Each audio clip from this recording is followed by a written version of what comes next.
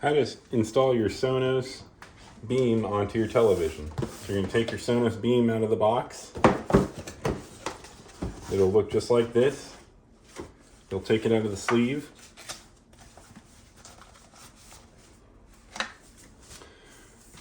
Alright, once it's out of the sleeve, you also need to take out the accessories out of the box. And it looks just like this. Just go ahead and get the box out of your way. From there, take the accessories out. You're going to have a power cord and an HDMI cable.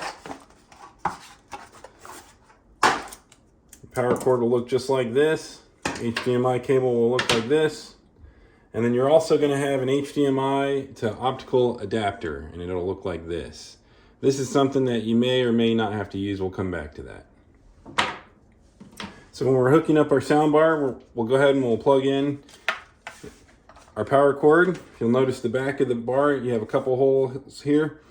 The power plug will only plug into the power spot. And then you have your HDMI cable. Doesn't matter which end you use, you can use either or. And you want to plug it into the HDMI port that's on the back of the TV. So make sure it's seated. Once that's done, then you're going to take the other end of the HDMI cord and you're going to go to the back of your television.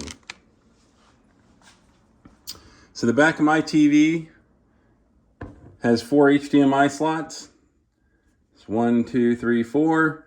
And we want to plug the HDMI port or cord into the slot that says ARC on the back of your TV. So right now, mine is port 4 that says ARC, if you notice.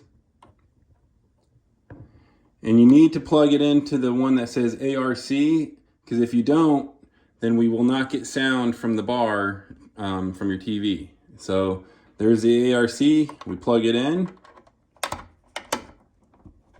Make sure it's seated. And then you're good to go. So from there, you'll simply just plug in the sound bar to electricity.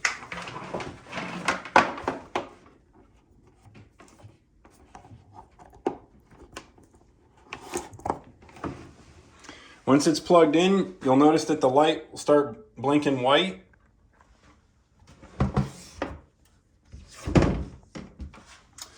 It'll blink white for a couple moments, and then it'll start blinking green. Once it blinks green, it's signifying that it's ready to be set up in the app. If this has helped out, please like and subscribe. Thank you.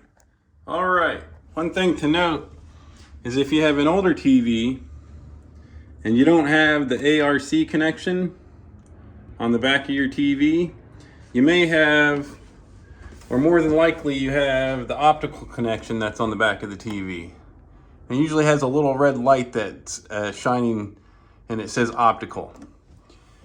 So if you don't have that ARC connection, you'll have to go ahead and you'll have to use the optical to HDMI adapter that came with the beam. And what you do is you plug in the other end of that HDMI cord that's from the beam into that optical adapter. You'll hear a little click.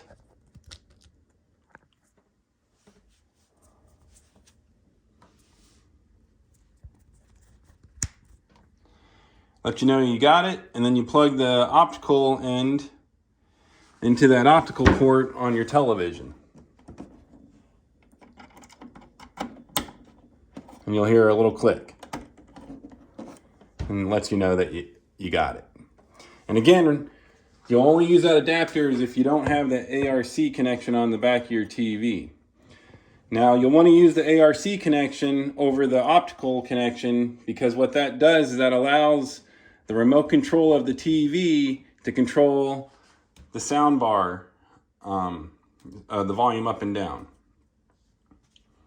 All right, this has helped out. Please like and subscribe. Thank you.